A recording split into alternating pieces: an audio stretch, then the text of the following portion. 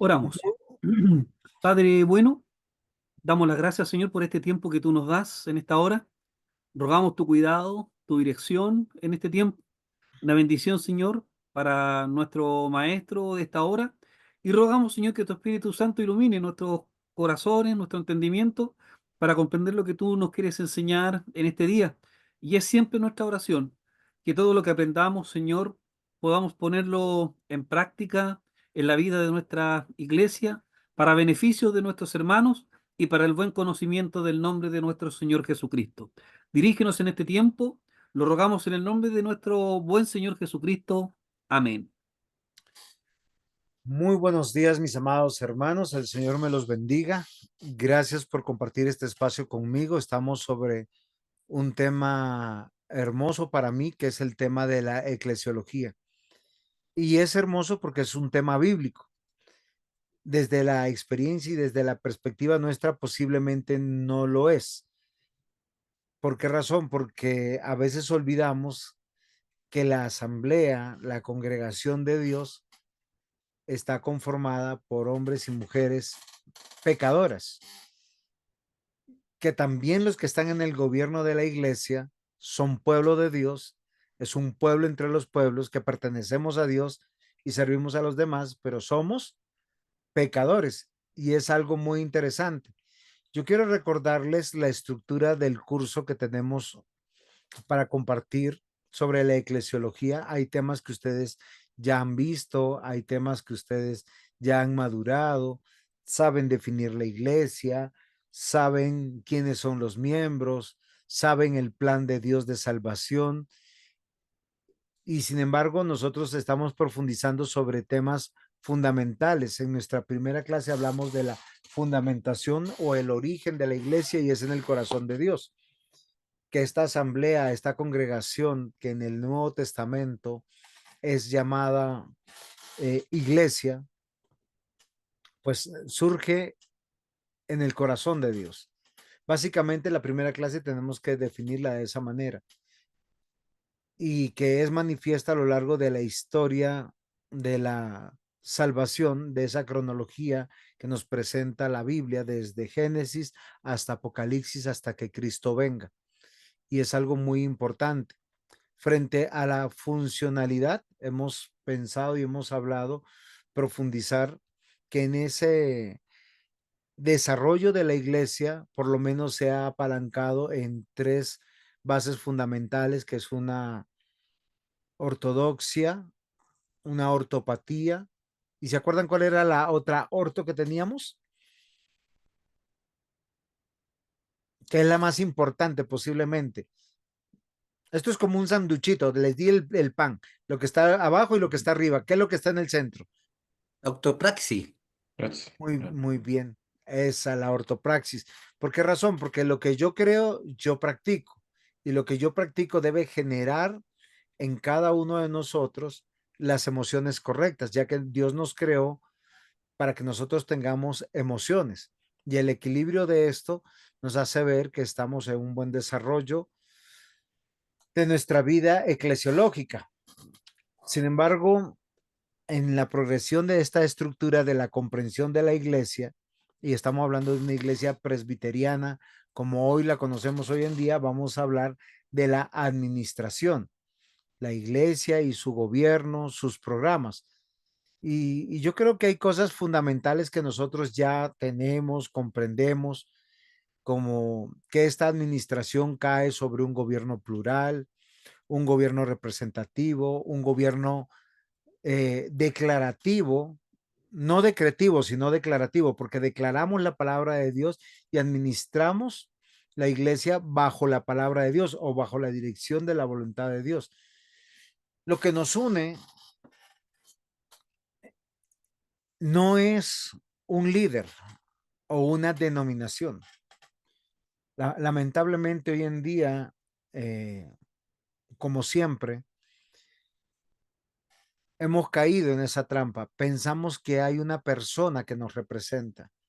Pensamos que hay un super ungido puesto por Dios al cual debemos seguir. Y algo que quiero demostrar dentro de esta clase es que la razón de la iglesia es Dios, la razón del gobierno es Dios, la razón de la administración es Dios y su voluntad. Porque todos nosotros, ya sea pastores, ancianos, diáconos, evangelistas o cualquier otro ministerio que usted le venga a la cabeza hoy, porque no sé a qué organización usted eh, pertenece, nos debemos a un Señor. Y por eso nosotros tenemos que tener una idea adecuada del porqué del gobierno, del porqué de esta administración, del por qué Dios nos llamó a cada uno de los que estamos puestos dentro de la iglesia para ser autoridades. Yo sé que en muchos casos la palabra líder les es cuestionable. Yo he tenido buenos hermanos que dicen, no, pastor, yo prefiero el concepto de siervo, ¿sí? Eh, pero también cuando muchos hablan del siervo de Dios, del ungido de Dios, no están pensando en el honor de Dios, sino en la dignidad de ellos, como una falsa humildad. Hay una comprensión pactual de la iglesia. Dios se dio a conocer a los suyos. O sea, iglesia es una congregación, una asamblea, el pueblo de Dios, la familia de Dios. Y hay algo que nosotros tenemos que considerar, por lo menos desde una perspectiva presbiteriana o reformada o bíblica, tenemos que llegar a esta conclusión. ¿Cuándo surgen todas las instituciones desde Génesis? ¿Cuándo surgió el hogar? En Génesis. Y el hogar está liderado por una autoridad o por una cabeza que Dios puso. Aunque hombre y mujer son iguales en dignidad, ellos son llamados a funciones y roles diferentes. Y Dios va a determinar qué es lo que tiene que hacer el varón. Tanto así que el mandato es: el hombre dejará a padre y madre y se unirá a su mujer y será una sola carne. Y en este mandato se le demanda estas cuentas al varón y no a la mujer. Y esto es muy interesante, porque un llamado a nuestros corazones debe ser este. Otra de las instituciones que vemos que surge en Génesis 1 que están implícitas es la iglesia, porque Dios crea al hombre en comunión con él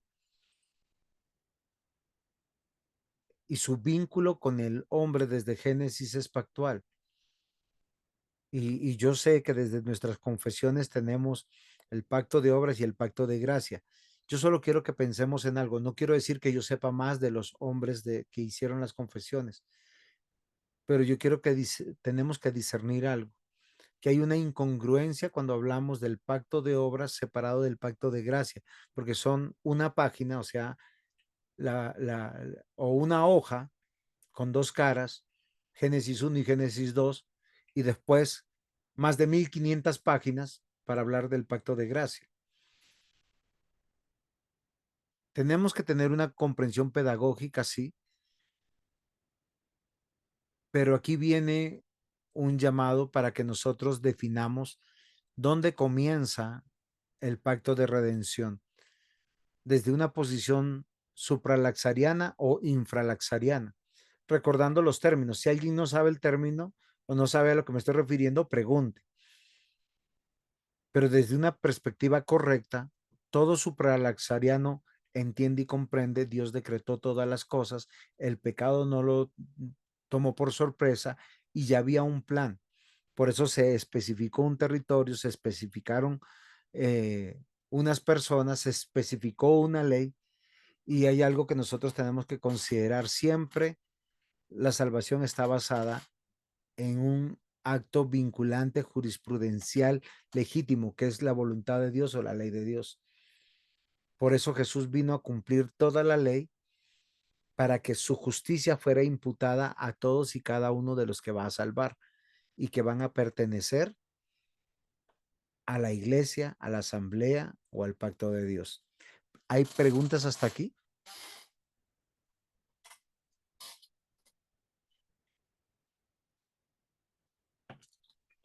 No, no, gracias, no, va bien. Gracias, mi hermano Eric. Si hay algún aporte o algo que no haya sido claro, yo les agradezco. ¿Por qué tengo que decir todas estas cosas? Porque Dios va a proteger a su pueblo dándoles un gobierno. ¿Qué significa eso? Autoridades, y son autoridades representativas, declarativas. Dios no puso al hombre ni a crear cultura, ni a crear liturgia, ni a crear leyes, sino lo puso para administrar, para establecer relaciones saludables de organización, dirección, control y desarrollo. Y nuevamente tengo que volver a Génesis 1, porque en Génesis 1, cuando Dios pone al hombre a su imagen conforme a su semejanza, nosotros entendemos que no solamente está la institución del hogar, y yo quiero ser claro acá porque a lo largo del desarrollo de las sociedades y del mundo y de la cronología, hemos caído en la trampa del individualismo. Y yo les voy a hacer pensar un poquito. Si alguien está en contra, por favor, con tranquilidad, yo lo voy a escuchar disentir. Y el de lo siguiente, la palabra familia, nosotros la hemos tomado de una manera extraña, porque la Biblia manifiesta que siempre en el mundo se va a manifestar solo dos tipos de familia, donde Dios es el Padre o donde Satanás es el Padre. Lo que nosotros vemos en Génesis es la institución del hogar basada en el matrimonio. Por eso toda la filosofía diabólica, mundana, sin ser místico, sino real, ataca la concepción de hogar y de familia, perdón, y de matrimonio. Si ustedes se dan cuenta, una de las plataformas que se supone que es para niños que ataca esto es Disney.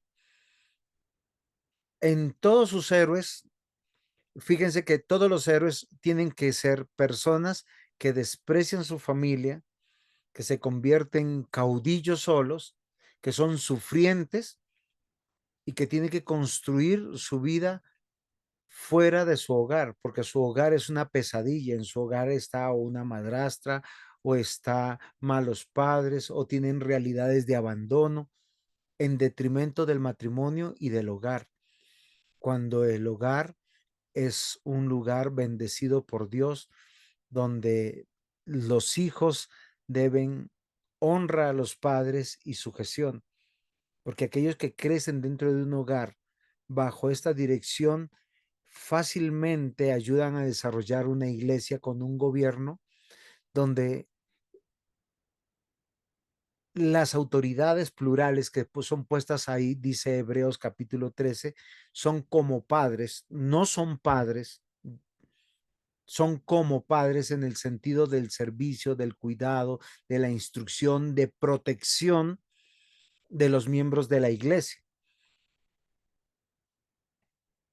donde lo que ellos hacen es establecer relaciones saludables de esta organización. Se les da dirección, control, desarrollo, para que el cuerpo se nutra de manera interdependiente y logre edificarse sanamente, integralmente, en amor, por todos los medios posibles. ¿Por qué razón? Porque esto manifiesta, miren, hogares saludables bíblicos conforman iglesias saludables bíblicas. Por lo tanto, hay una nación bíblica. La patria celestial habla las escrituras. No está de más recordarles, queridos hermanos, que en el desarrollo cronológico del pueblo de Dios, de la familia de Dios, tenemos reyes, sacerdotes, profetas. Y esto es muy interesante. Hoy en día el detrimento de la palabra familia afrenta a la iglesia. Si ustedes le preguntan, mañana en muchos lugares del mundo celebran el Día del Padre. Mañana, domingo. Entonces, ¿qué dicen los hermanos? Ay, pastores, que vamos a estar reunidos con mi papá, y usted sabe qué importante es la familia. Pero ¿cuál es el lugar primordial de reunión donde adoramos a Dios, glorificamos a Dios y hacemos la obra de Dios? Es donde se reúne la familia de Dios. Nuestros hogares son importantes, pero hay un diseño de Dios. Los que están casados deben salir del hogar paternal para conformar hogares que pertenezcan a iglesias saludables y participar del desarrollo de la extensión del reino de Dios. Debido a que la fe no es una fe religiosa, no es una fe litúrgica, es una fe que se tiene que expresar en todos los sentidos abarcantes y vinculantes de la vida. Y recordemos que en Génesis Dios no puso al hombre a hacer o crear cultura, ni a crear leyes civiles, ni a crear leyes litúrgicas. ¿Cómo lo sabemos? Cuando nos vamos al Pentateuco y ya lo hemos estudiado, pero ahora lo tenemos que concatenar con la iglesia, porque a veces en la iglesia se quiere amordazar el desarrollo de ella misma porque departamentalizamos la vida de una vida eclesiológica y una vida secular. Mi trabajo, mi familia, mi vida personal y la iglesia como institución divina y organismo vivo tiene vida y expresa vida mediante sus funciones, relaciones, programas que cumplen internamente para la edificación mutua y externa para la predicación del evangelio, por lo que debe someterse a los lineamientos gubernamentales, organizativos y evaluativos definidos. Y esto abarca toda la vida. Yo no puedo hablar de que yo creo en Dios soberano, en mi Dios salvador, en Dios santo, y tener una vida secreta o tener decisiones paralelas secretas, porque es toda mi vida la que se debe de poner delante del Señor. Y esto nos debe llamar a nosotros la atención, porque a veces nosotros queremos solamente gobernar la iglesia desde una perspectiva litúrgica. La iglesia manifiesta la asamblea de Dios, la congregación de Dios, el pueblo de Dios, y Dios se relaciona con su pueblo por medio de su palabra. Ella es su ley. Y ella me vincula a él y me vincula a su familia. Y es en todas las áreas de mi vida. Yo no puedo decir que, voy a hacer un ejemplo, ¿ustedes qué pensarían de un buen anciano de iglesia que tenga, no sé, casinos de apuesta como su negocio principal? O tal vez una taberna, o tal vez un prostíbulo. Y él diga, no, es que yo creo en Dios, creo que mis pecados han sido perdonados, tenga los 5 puntos del calvinismo claros, el hombre es depravado, cumpla fielmente con sus diezmos, asista a la iglesia, ore, cante, pero sus negocios sean esos. ¿Sería congruente? ¿Sería coherente? Jorge. ¿Rolando?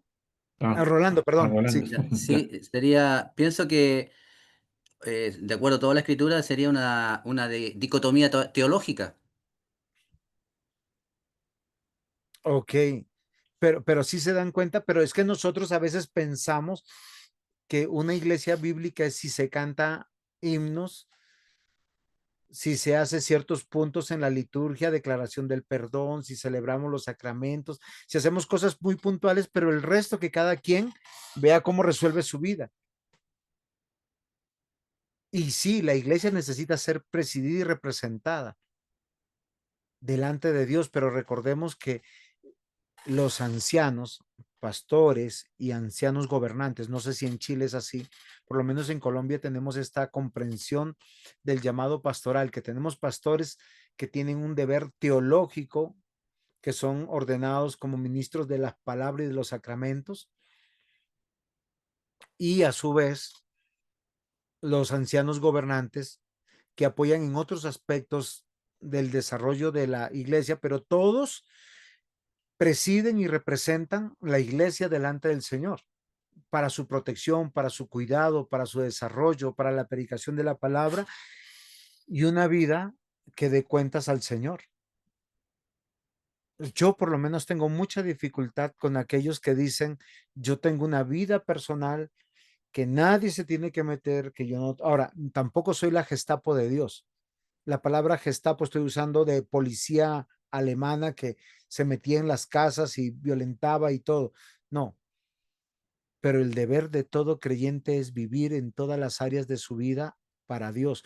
Y porque yo les digo que Dios no puso al hombre a crear ni cultura, ni leyes civiles, ni leyes litúrgicas, perdón,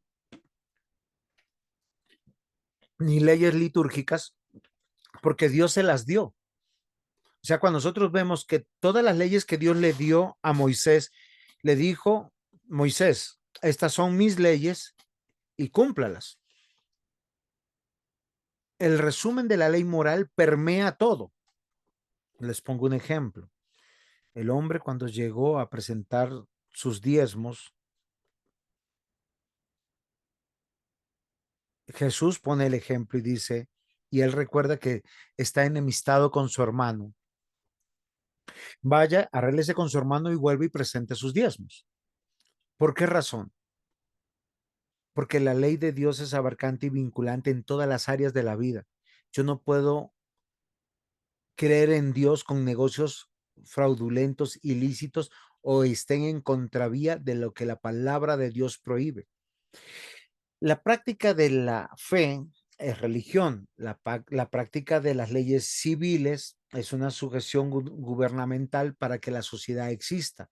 Y ambas cosas practicando hacen que nosotros tengamos una cultura. Por eso que la cultura del evangelio es una supracultura en nuestra forma de hablar, en nuestra forma de vestir. Y esto es muy interesante. Por eso la Asamblea de Dios, o sea, la iglesia, es orgánica, es oficial y es funcional. ¿Qué significa esto? Que es un organismo sistémico, indivisible, indestructible para cumplir su misión. Cada miembro de la iglesia está cumpliendo un llamado específico y dado por Dios. Y para que una iglesia sea saludable, todos tenemos que estar viviendo en la misma frecuencia, en la misma idea. Es oficial porque el derecho de asociación lo decide su autor de forma oficial, no es casual ni informal. La Biblia dice que Dios añade a los que han de ser salvos a la iglesia. Por eso cada iglesia local no solamente representa al reino de Dios, sino debemos velar nosotros por su cuidado. Y es funcional porque toda la asamblea, o sea, cada iglesia local que es universal, en todas sus partes y propósitos está buscando extender el reino de Dios.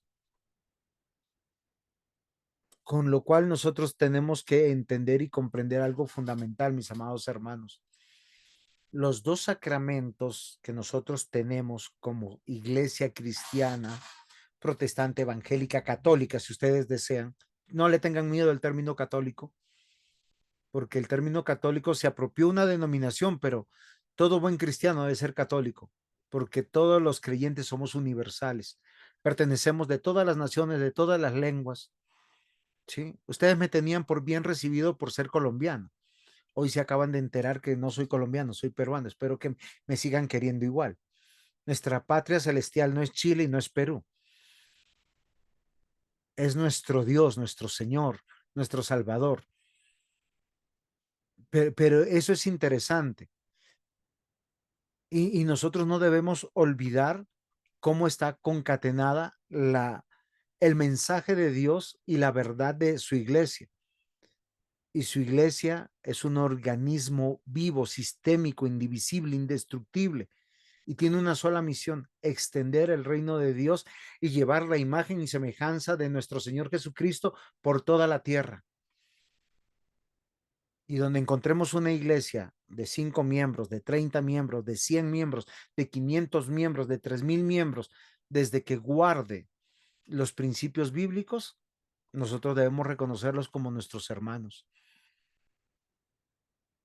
porque Dios es el que determina oficialmente el origen de la iglesia y lo manifiesta de esta manera y funciona de esta manera.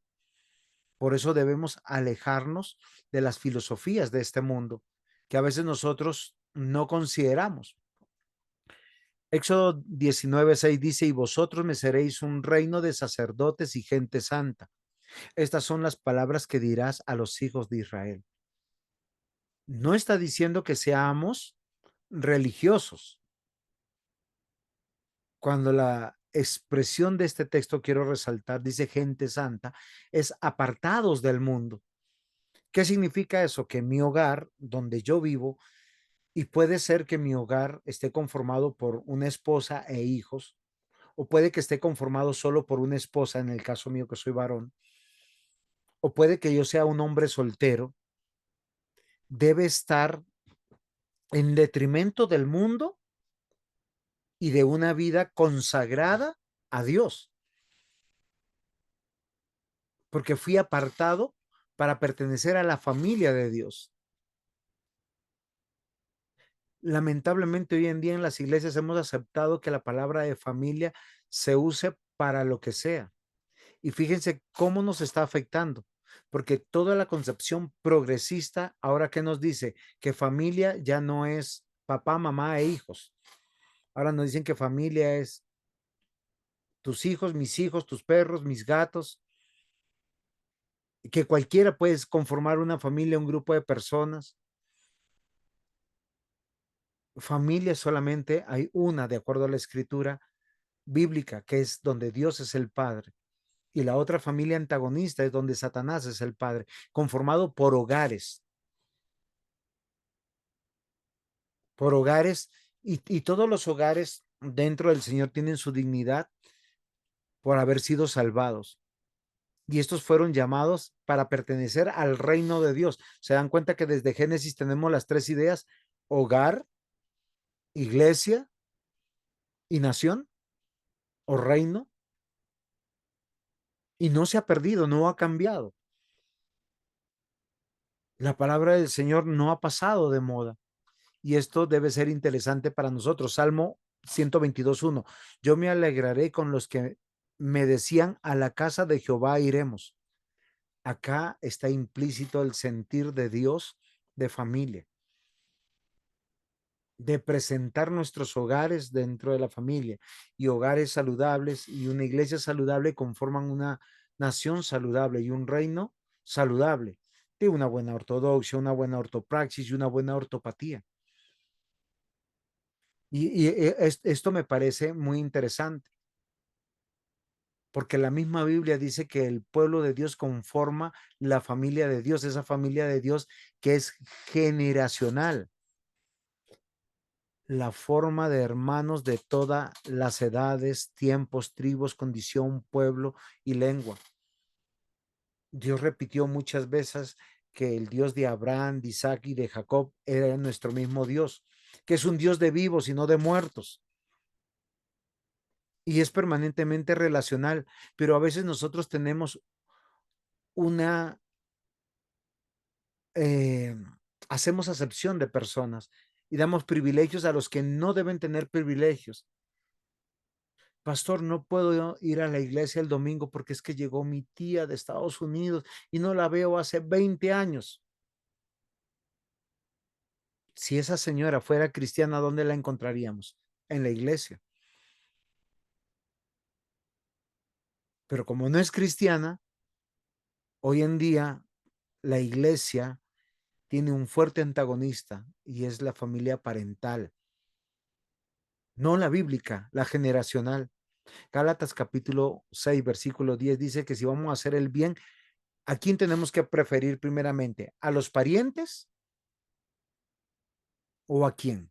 Los de casa, ¿Pero cuál casa? cristianos. A los de la familia de la fe. La concepción no ha cambiado ni en el Antiguo Testamento ni en el Nuevo Testamento, porque las relaciones se distinguen por las relaciones virtuosas, éticas, legales, fraternales establecidas entre los miembros de la comunidad del reino de Dios. Y este es el desafío que todo líder en la iglesia, pastor, anciano o diácono, como columnas de la iglesia, debería tener puesta en su cabeza. Porque en la familia de Dios, esta no solamente tiene unas características generacionales, relacionales, sino de reciprocidad, de preferirnos los unos a los otros. Mi hermano anciano Jorge García. Eh, lo que usted estaba comentando, recién no sé, me acordé del pasaje bíblico cuando Jesús está reunido con sus discípulos y llega su mamá, seguramente Perfecto. fuera de la casa donde estaba él, con sus hermanos, hermanos de sangre de Jesús. Y le avisan, mira, tu mamá y tu hermano están acá, quieren verte. Y él responde algo que suena algo muy similar a lo que usted dice, ¿ya? ¿Quién Mis es mi madre y mis hermanos, hermanos? claro, ¿quién es mi madre y quién es mis hermanos? Los que hacen la voluntad de Dios. Esa es la respuesta de Jesús. Amén. Y mire, interesante, pero ¿cuándo vamos a cambiar el chip? Porque hoy lo aprendemos aquí, pero tenemos que cambiar el chip mañana. Es que el pacto que Dios hizo que fue público con Abraham, tú y tu casa, serán bendición a todas las familias de la tierra. ¿De qué manera lo entendemos? Ahora debemos entender el concepto de familias de la tierra en su traducción y buscar cuál es la acepción, porque está hablando de que van a haber muchas iglesias en todo el mundo. Y mirad cuán bueno y cuán delicioso es habitar a los hermanos juntos en armonía. Aunque en la iglesia a veces se presentan divisiones, conflictos, pleitos, disensiones, pero nosotros tenemos que meditar y pensar. Tenemos que cambiar el chip que se nos ha puesto en el mundo, que los parientes, y miren, eso, yo les voy a decir que nosotros no privilegiamos ni siquiera a los parientes, sino a un apellido. Y sentimos un deber por apellidos, cuando nuestro deber es por aquellos que amó Cristo. A veces vemos a los hermanos en Cristo más como un problema o como alguien de quien beneficiarnos y no como Dios los ve. Porque los que estamos en una misma iglesia local, Dios los añadió, los trajo para amarnos los unos a los otros, para sostenernos los unos a los otros, para perdonarnos los unos a los otros. Los que estamos en un presbiterio. Ustedes saben como presbiterianos los que son presbiterianos y los que no. En el gobierno presbiteriano hay cortes. La primera corte se llama consistorio, que vela por los miembros de la iglesia local. La segunda corte es el presbiterio, que vela por los pastores asociados que representan las iglesias locales. Luego tenemos el sínodo, que representa a los presbiterios que están ahí. Y luego tenemos la asamblea. Listo. Pero todos tienen un propósito, unirnos y vernos como hermanos. Pero a veces esto no sucede. No nos vemos como hermanos. Nos pasa lo que le pasó a la casa de Jacob. Ven a alguno como a José, se llenan de envidia, se llenan de orgullo, nos perseguimos unos a otros, nos buscamos nuestros propios intereses. porque estamos mirando nuestras conveniencias o nuestras rivalidades o nuestras maldades. Santiago lo dice. Santiago en el capítulo 3 dice, muchos de ustedes no se hagan maestros. ¿Por qué razón? Porque con la lengüita que Dios les dio y las capacidades de oratoria que Dios les dio, pueden hacer guerras, divisiones. En vez de usar para predicar el evangelio, unir y edificar, todo el capítulo 3 leanlo y ustedes se van a dar cuenta. Y cuando entramos a Santiago capítulo 4, tenemos una sorpresa muy grande. Y esas sorpresas grandes que tenemos son impresionantes porque no nos damos cuenta de que a veces somos instrumentos en las manos de aquel que quiere destruir y nos convertimos más en amigos del mundo. ¿Pero por qué? Porque las filosofías del mundo nos están permeando. Nos dejamos dominar por el egoísmo, por la maldad, por la envidia, pedimos mal, hacemos asociaciones ilícitas y Dios no nos quiere ver así. El llamado del gobierno de la iglesia es a proteger la iglesia. Por eso su sinónimo para los presbíteros o ancianos es de pastores. Sí, no sé si es coherente. Son las autoridades representativas puestas por Dios. Eclesiastés 4:12 dice, uno solo puede ser vencido, pero dos presentan resistencia. El cordón de 3 hilos no se rompe fácilmente. Eclesiastés 4:12, perdón. Para hablar de un gobierno plural dentro de la familia. En el hogar hay un gobierno plural, papá y mamá. En la familia de Dios, que es el pueblo de Dios, siempre habrá un gobierno plural. No es monovispal, no es unitario. ¿Por qué? Porque somos un cuerpo. No he visto un cuerpo con 2 cabezas. ¿Y la cabeza de la iglesia quién es?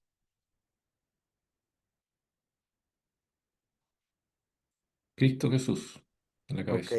Gracias a Dios nadie dijo el consistorio. Y miren, en ese cuerpo que donde Cristo es la cabeza, Dios nos llama a la unidad de todos los miembros que están perfectamente unidos a la cabeza, cada quien con funciones totalmente diferentes. Por eso hay una diversidad. Tenemos dones, talentos, ministerios, acciones para edificar el reino de Dios, no para dividir, no para destruir, no para incendiar. Hay una necesidad permanente del cuerpo que nosotros no podemos prescindir los unos de los otros,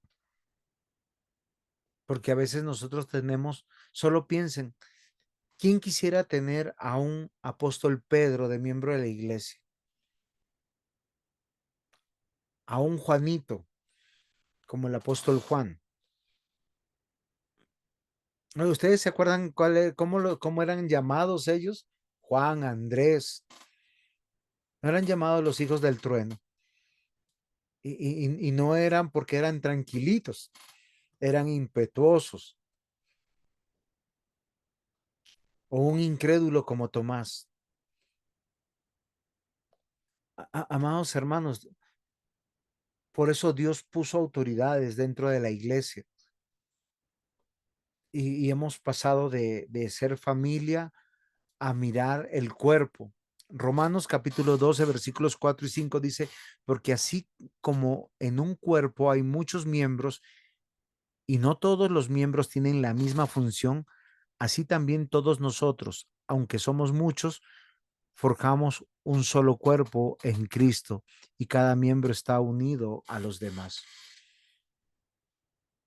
Y eso hay que pensar y eso hay que meditar. Lamentablemente a veces nosotros no nos vemos como un cuerpo. Se los pongo de otro tamaño para que vean. Nosotros hemos pensado desde una perspectiva reformada que unos son más bíblicos que otros y por eso nos debemos separar. Y presbiterianos no se quieren con bautistas Y presbiterianos y bautistas no quieren pentecostales. Y pentecostales no quieren a otros de otra facción. Todos confiesan al mismo Señor, todos confiesan ser iglesia, todos tienen diversas comprensiones, posiblemente de gobierno, pero ninguno está velando cuál es la voluntad de la cabeza, del que vive y reina siempre. Claro, la historia nos ha dicho que tanto presbiterianos como bautistas reformados son estudiosos, son celosos de una buena doctrina, pero a veces son tan apáticos en sus cánticos, a veces son tan apáticos en la evangelización, a veces son tan apáticos y tenemos que aprender de otros. ¿Ustedes se imaginan hacer una sola iglesia de todos y tomar los dones, talentos y las cosas acertadas de todos para manifestar la iglesia del Señor?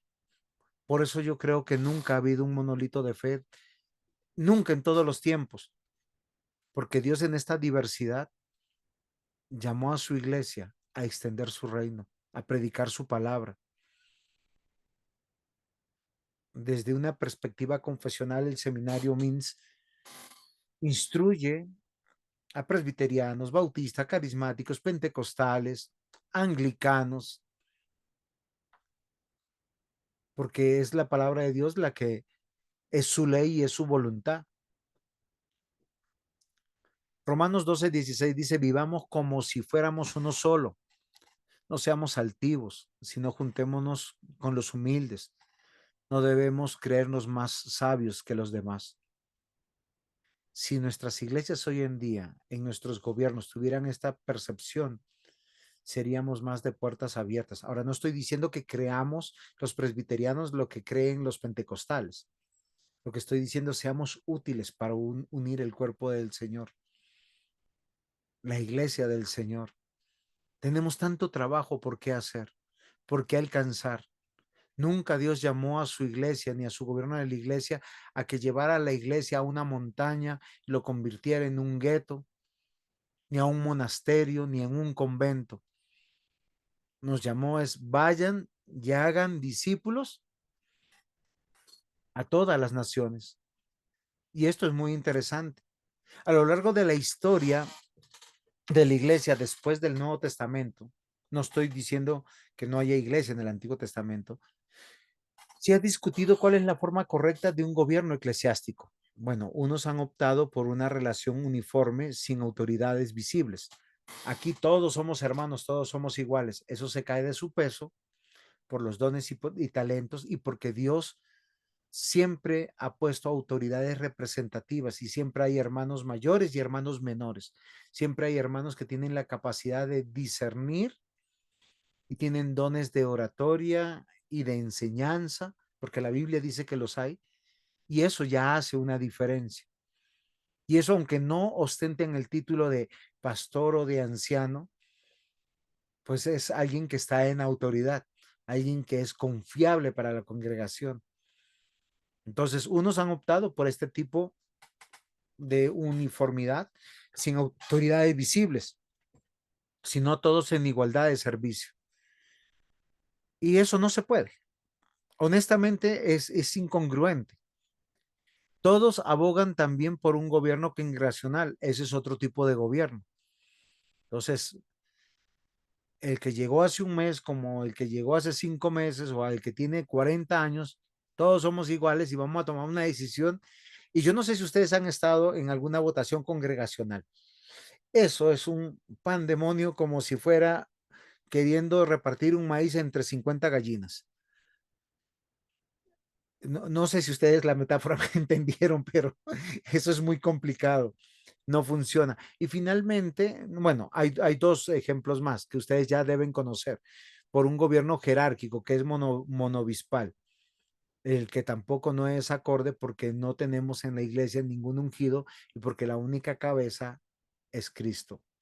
Y otros es por un gobierno representativo corporativo plural, que es el gobierno que cree la gran mayoría de iglesias que proceden de la reforma, que son bíblicas, como la gran mayoría de presbiterianos y algunos bautistas, porque nosotros a veces asumimos que todos los bautistas son congregacionalistas y no. Hay bautistas que tienen un gobierno plural representativo de ancianos. ¿Preguntas hasta aquí? ¿Aportes?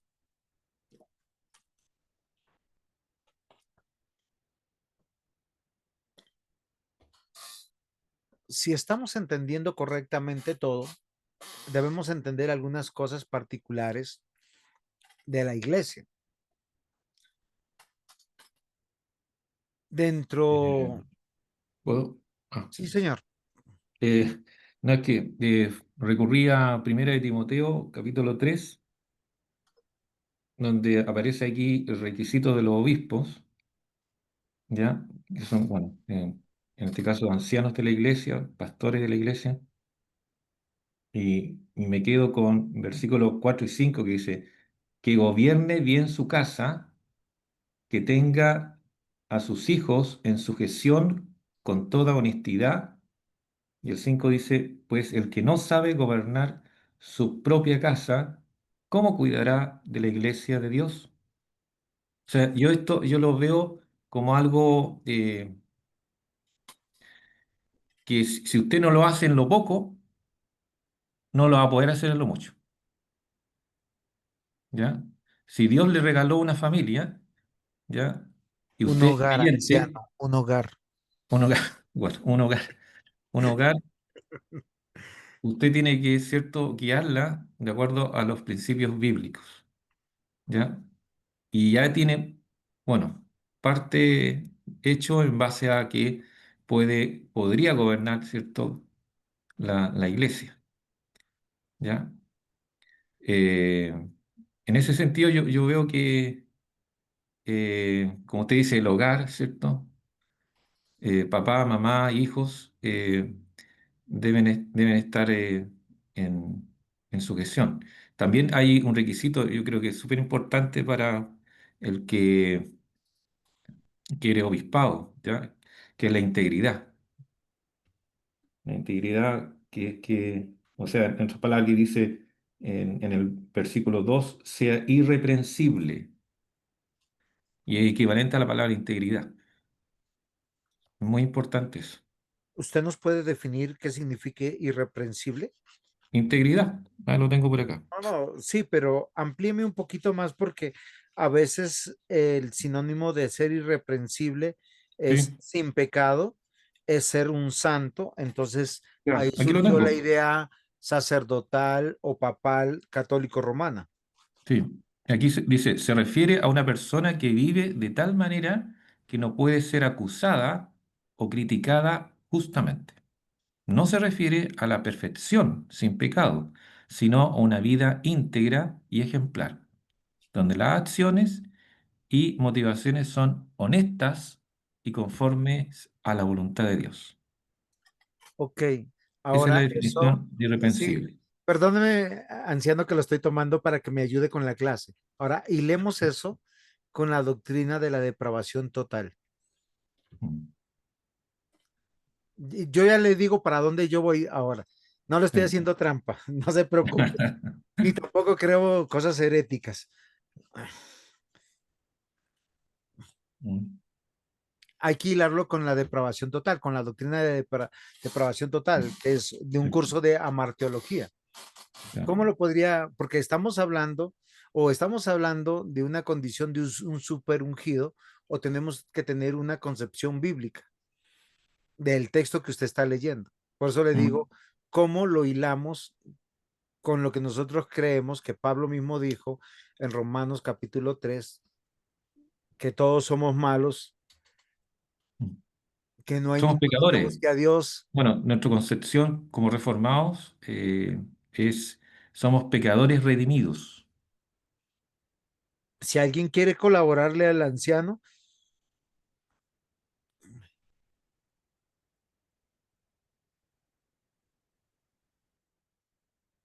Eric, Sí, bueno, solamente pedir que, hola hermano, que está, no lo alcanzo a ver el nombre acá, pero sí me gustaría que me nombrara un versículo de la Biblia donde aparece que somos pecadores redimidos. Y lo otro, hermano, solamente comentar respecto donde tiene usted, donde dice comunidad y jerarquía. Exactamente, todos somos, dice ahí, iguales y no debe haber autoridad más que Cristo. Claro, porque nosotros decimos que Cristo es la cabeza de la iglesia, ¿cierto? Entonces, el cuadrito donde dice jerarquía, en el fondo contradice el primer cuadrito que dice comunidad. ¿Por qué lo levanto yo, hermano Juan? Porque, bueno, hace bastante tiempo estoy estudiando el tema en la iglesia de nosotros, que son de los hermanos libres. Y ocurrió que sin quererlo los hermanos hicieron jerarquía y generó un tremendo dolor dentro de la iglesia, porque estos hermanos empezaron a tomar el primer lugar. ¿Y por qué yo salí como en defensa del el cuadrito que usted tiene ahí que dice comunidad? Porque el Señor Jesucristo enseñó claramente que no habían primeros ni jefes tampoco dentro del organismo de ellos. Cuando los hermanos les pidieron estar en el primer y segundo en el trono, en Marcos capítulo 10 el Señor les dijo que entre ustedes no va a ser así, porque dice, entre la gente del mundo hay una pirámide, pero dijo, entre ustedes no va a ser así, sino que el mayor va a servir al menor. Y luego, cuando el Señor Jesucristo al final le lavó los pies a los discípulos, y por eso que Pedro no quería que le lavaran los pies a los discípulos, a él, era porque entendió que el Señor Jesucristo estaba tomando un lugar muy bajo. Entonces, el apóstol Pedro, para confirmar en el capítulo 5 también, Pedro dice, yo estoy entre vosotros, tratando de, en el fondo, ¿qué es lo que está queriendo decir Pedro? Que realzar a la única cabeza que debería existir en un lugar religioso como el que nosotros decimos. Entonces, me quedo con el cuadrito que dice comunidad, respetando que debe haber autoridad en la iglesia, pero más bien, como dice en el Nuevo Testamento, pastores, con ese, digamos, donde hay un grupo de hermanos que está cuidando a la iglesia, pero no gobernando. Entonces, quiero hacer esos dos comentarios porque justo yo estoy estudiando el tema y lo encuentro bastante interesante lo que se está planteando. Esas dos cosas. Ok, mi Gracias. hermano, muy bien. Voy a responderle lo que está acá en pantalla, comunidad, asamblea, jerarquía y presbiteral, es para ver los tipos de gobierno que han surgido. Es que gobierno es gobierno. Y cuando se está poniendo acá el tema de comunidad, es que se cree que todos son gobierno. Entonces todos somos iguales y no debe haber autoridad más que Cristo. Y eso es un problema por dones, talentos y llamados, porque no todos fueron llamados, ni todos tienen las capacidades de poder gobernar, ni a todos se les hizo esos encargos.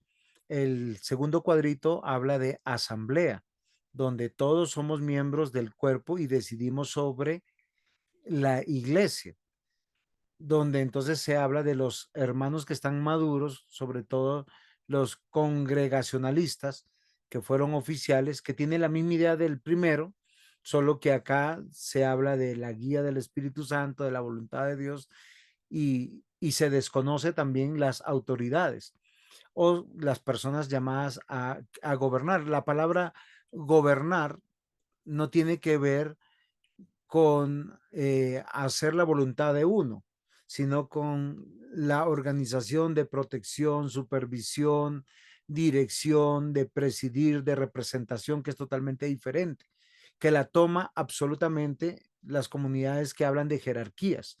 Obviamente que las jerarquías son peligrosas y perjudican el desarrollo de la iglesia, porque se convierte en un gobierno piramidal, episcopal, de jerarcas y de súbditos. Y eso es muy interesante. Por eso que al final ponemos, recuerden que nosotros estamos teniendo una comprensión eclesiológica desde una perspectiva presbiteral, donde todos sí somos iguales, pero hay unas cortes, hay personas a las cuales Dios llamó, capacitó, envió, pero para proteger la iglesia, para vigilarla, para instruirla, que es totalmente diferente. Entonces estamos hablando de un gobierno bíblico y ya le doy la voz a nuestro anciano Jorge García. Es solo que yo estaba teniendo un ejercicio con él cuando Eric nos cambió un poquito de la idea y no quiero salirme de eso para que no quede en el aire. En 1 Timoteo, cuando vemos los requisitos para pastor y para anciano, y en Tito, capítulo 1, ¿son solo los requisitos para ancianos y diáconos? Es una pregunta. Si alguien quiere ayudarme a responder, y ¿son solamente estos requisitos para ancianos y diáconos o para presbíteros y diáconos? Yo creo que no, Ok, muy bien, Jorge. Eso es para todo hombre de Dios. correcto. Y yo les estaba diciendo que pensemos de ser la palabra irreprensibles y que lo liguemos con lo que el anciano Jorge nos decía de ser íntegros, porque ahí mismo responde en el texto que nadie tenga de qué acusarlo. Y esa es una comprensión clave cuando nosotros asociamos con la depravación total. ¿Por qué razón? Porque no solamente los miembros de la iglesia luchan con el pecado y con el viejo hombre, los diáconos también, los ancianos gobernantes también, el pastor también. ¿Cómo alguien es irreprensible si ha pecado? Pues poniéndose a cuentas con Dios, haciendo el proceso de arrepentimiento, haciendo el proceso de confesión de sus pecados, de restauración y, si ha sido necesario, de una disciplina eclesiástica. Porque a veces nosotros pensamos que nuestros pastores no deberían ser disciplinados por nada, y los pastores hacen un ejercicio que en su hoja no haya ningún tipo de reprensión, ningún tipo de llamamiento, y no es lo que encontramos en la Biblia. Dios evidenció los problemas de Pedro, los problemas de Pablo, los problemas de Juan, y los hizo evidentes en su palabra, y no los dejó en detrimento de su llamado ni de su encargo, sino todo lo contrario. Ellos fueron fortalecidos para que nosotros veamos la obra de Dios en ellos. Anciano Jorge.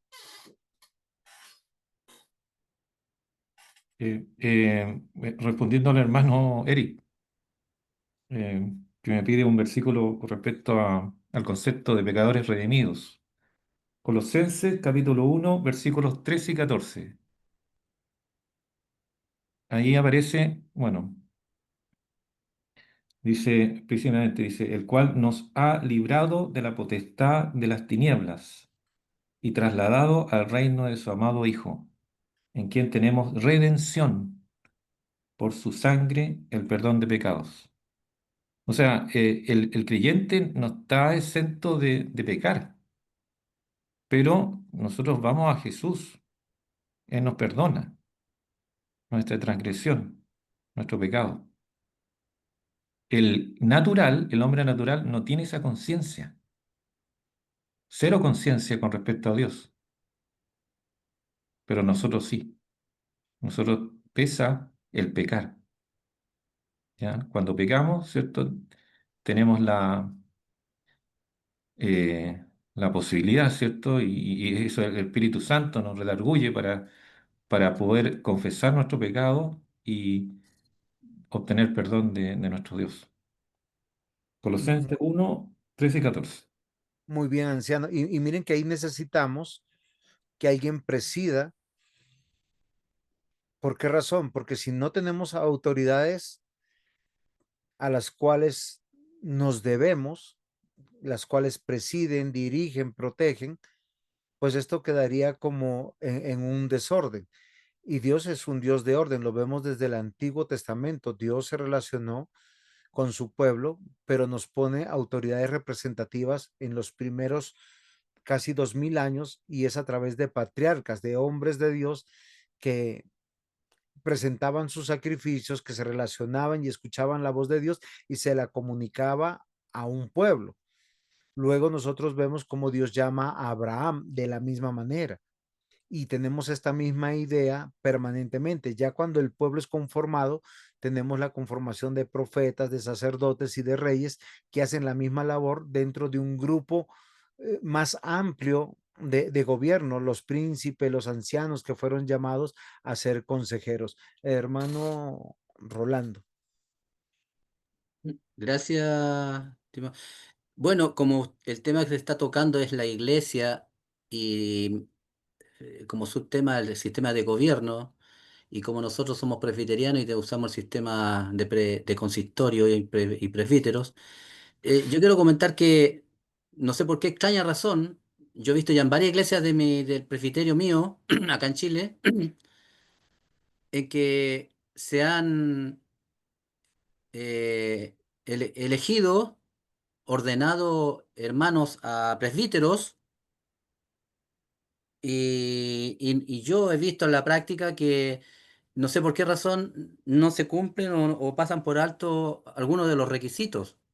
Y que para mí es un requisito bastante, o sea, todos los requisitos deberían de tenerlo, pero hay uno que lo pasan siempre de alto. He visto muchos en nuestra iglesia presbíteros que, por ejemplo, no enseñan, no enseñan nunca. He estado en 3 iglesias presbiterianas de mi presbiterio que he visto presbíteros que no enseñan. No sé si no saben, pero nunca enseñan. Y resulta de que en el capítulo 3, como vimos en Timoteo, en el versículo 2 dice justamente, dentro de todos los requisitos dice hospedador apto para enseñar. Entonces, he escuchado algunos comentarios de algunos que defienden ese punto y dicen, sí, es que el presbítero tiene que ser, apoyar al pastor en lo que es la legislación, en gobernar y todo eso. Pero bueno, una de dos, ¿le creemos a la Biblia o que si dice que tiene que ser apto para enseñar, tiene que estar enseñando en la iglesia, ayudar al pastor a enseñar? Yo lo veo de esa forma, o sea, es tácito, eso. Ok, mi hermano, antes de darle la palabra a Eric, ahora no sé si el pastor Juan Lobos quiere participar ahí, pero mi opinión es la siguiente. Usted hace un rato cuando yo le dije y pregunté, ¿estos requisitos son solo para ancianos y diáconos? Usted me dijo que no, que era para todo varón de Dios, para todo miembro de Dios. Ahora, una cosa es enseñanza, ¿sí? Enseñar, porque todos enseñamos porque aprendemos y enseñamos y comunicamos, y otro tener el don de la enseñanza. Recuerden que entre los ministerios que vemos que están plasmados en la iglesia está de pastores, maestros, evangelistas, y uno dice, oiga, pero todos evangelizamos. Sí, pero hay unos que son evangelistas, que tienen un don y un talento para evangelizar, pero todos evangelizamos. Ahora, todos enseñamos, pero hay maestros. O sea, hay maestros de la palabra donde ellos se profundizan. O sea, miren que hoy en día tenemos un fenómeno. La gran mayoría de los que enseñan tienen la teología al lorito. Cogen un sermón de alguien, cogen la enseñanza de alguien. Y cuando uno dice, no, esto ya lo escuché, ya lo miré, y no profundizamos. Y recuerden, la iglesia fue planeada, diseñada, determinada, decretada para conformar históricamente como lo que es para la gloria de Dios y la extensión de su reino. Y somos miembros de un solo cuerpo, que quiere decir que hay muchos miembros, pero todos trabajando de diferentes maneras. ¿Sí? Entonces fíjese que es un requisito. Ahora, yo le hago una pregunta. Esos hermanos que usted no los ha visto pasar al púlpito, ¿usted ha aprendido de sus vidas? A lo largo, usted me ha dicho que ha estado en 3 iglesias del presbiterio y estos hermanos le han enseñado constancia, otras habilidades que posiblemente usted no tiene, de las cuales usted ha visto que ellos lo han hecho bien, de su fidelidad al Señor, de su servicio, porque ahí usted va a tener esa respuesta, porque de una u otra manera todos estamos enseñando. La asamblea del Señor, la iglesia del Señor tiene un autor, un diseñador, un garante, y es Cristo Jesús. Y nosotros vivimos por Él y para Él en todas las áreas de nuestra vida, a lo que se llamó ser íntegros. Y como decíamos, algunos, bueno, no algunos, yo creo que todos pecamos. La integridad de un pastor, de un anciano o de un diácono no está comprometida cuando peca, sino cuando esconde su pecado, cuando no se arrepiente, cuando cree que su dignidad está por encima de los demás y quiere pasar como un santo ungido de Dios intocable. Ese es el gran problema de hoy en día de muchos de los pastores y de los ancianos. Por eso esconden sus realidades. La Biblia dice que tengan a sus hijos con honestidad en su gestión. Obviamente, mientras que sean menores de edad, viven en mi casa, pues yo los tengo que llevar a la iglesia. Pero no, eso no significa que todos los hijos de los ancianos ni de los pastores deban ser cristianos. Hago una aclaración. Yo tengo 2 hijos, mis 2 hijos son cristianos, comprometidos en la iglesia y sirven en la iglesia. No lo estoy diciendo por mí, pero yo tengo hermanos que conozco que aman al Señor, sirven al Señor, pero algunos de sus hijos no están dentro de la iglesia. ¿Cuál es la sujeción? Pues mientras que el padre puede ejercer autoridad y los tenga que dirigir a Dios, pues lo hace. Llegado el momento, puede hacer dos cosas: o lo invita a salir de su casa, o si los tiene en su casa, los tiene bajo normas del evangelio, porque él es el que da cuentas a Dios de lo que está sucediendo en su hogar. Por eso, mis amados hermanos, la iglesia es una institución divina y un organismo funcional para cumplir el sabio propósito de Dios, y es reunir a los salvos, santificarlos, y nos implica a todos. Miren, Romanos 12, versículo 1 y 2, que dice: así que, hermanos, os ruego por las misericordias de Dios. Es una rogativa de Pablo a la iglesia en Roma: que presentéis vuestros cuerpos en sacrificio vivo, santo, agradable a Dios, que es vuestro culto racional. Cuando yo voy a la iglesia, estoy presentando la obra de Dios en mí y en mi hogar. Recuerden que la salvación no depende de uno. Ojalá dependiera de mí. Yo salvo, mis hijos son salvos y mi esposa es salva. No, no es así. No funciona. Por eso les digo lo importante de articular todas las doctrinas, porque si nosotros no articulamos todas las doctrinas, quedamos sesgados en algunas cosas. De hecho, ¿qué nos dice? No os conforméis a este siglo, sino transformado por medio de la renovación de vuestro entendimiento, para que comprobéis cuál sea la buena voluntad de Dios, agradable y perfecta. A veces nosotros oremos por las familias de la iglesia. Miren, ahí nomás, ¿qué estamos haciendo? O sea, una concepción adecuada. Oremos por los hogares de las iglesias, porque un hogar puede estar conformado por tres hermanos: Lázaro, Marta y María. O puede estar conformado por un matrimonio, con hijos o sin hijos. O puede estar conformado por una viuda con sus hijos, o un viudo con sus hijos. O por alguien que cayó de pronto en el pasado en un divorcio, y ahora está solo con sus hijos o sin sus hijos. Porque ahí sí vemos una diversidad de conformación de hogares, pero todos pertenecen a la familia de Dios, que se presentan delante de Dios. El desafío es cambiar el chip, la renovación de nuestro entendimiento, y una labor de los ancianos es dirigir a ese pueblo, proteger ese pueblo, instruir a ese pueblo, enseñar a ese pueblo. Y la enseñanza va más allá del discurso oral. Miren, queridos hermanos, yo a veces aprendo de hermanos que uno dice, no, a veces ni uno dice, no, ni siquiera dice, se cayó un vaso de agua, y hay uno que se levanta y corre, no importa el cargo que tenga, y siempre es el mismo que corre. Va por el trapero, limpia, barre. Hay otros que tienen un don, llega alguien nuevo: mi hermano, ¿cómo estás? No, no son todos. Y uno dice, ¿dónde está mi enseñanza? Hay otros que están permanentemente: pastor, mire, hay una familia humilde, hay una familia que necesita, tiene una percepción de los necesitados que es increíble, que a veces uno no tiene, que a uno se le pasa. Pastor, hay otros que están pendientes de los que no faltaron, de los que faltaron, perdón. Y es interesante, porque todos nosotros tenemos que considerar, queridos hermanos, el cuerpo de Cristo está conformado por hombres y mujeres pecadores con llamados diferentes. La iglesia se debe a su dueño, a su cabeza, a su fundamento. Y créanme que Dios a todos nosotros nos ha dado dones y talentos. Si ustedes recuerdan, Efesios 2:10 dice que somos creados en Cristo Jesús para buenas obras, las cuales Dios preparó de antemano para que anduviéramos en ellas. Y esa diversidad funcional de ese organismo vivo que se llama iglesia está dando cuentas a aquel que la ganó, aquel que la pagó, aquel que es su dueño. La iglesia fue determinada, establecida, sostenida por su autor, es nuestro Señor Jesucristo. Por eso Él es la cabeza. Por eso Él es nuestro fundamento. Si nosotros no aprendemos a permear todas las doctrinas, a veces nos quedamos sesgados en un solo lado. Y sí, mi hermano Rolando, los ancianos deben enseñar. Eso es verdad. Pero todos enseñan de diferentes maneras.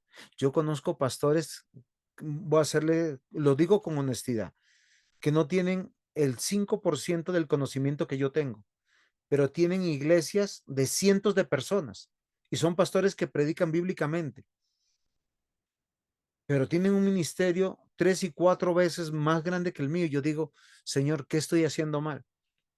No, Dios los llamó a ellos.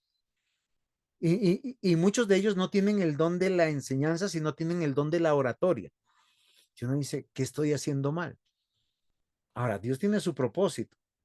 Y eso me parece desafiante, interesante. Son pastores sencillos, a veces que son de pueblos, llegando y alcanzando a personas que yo no pudiera alcanzar.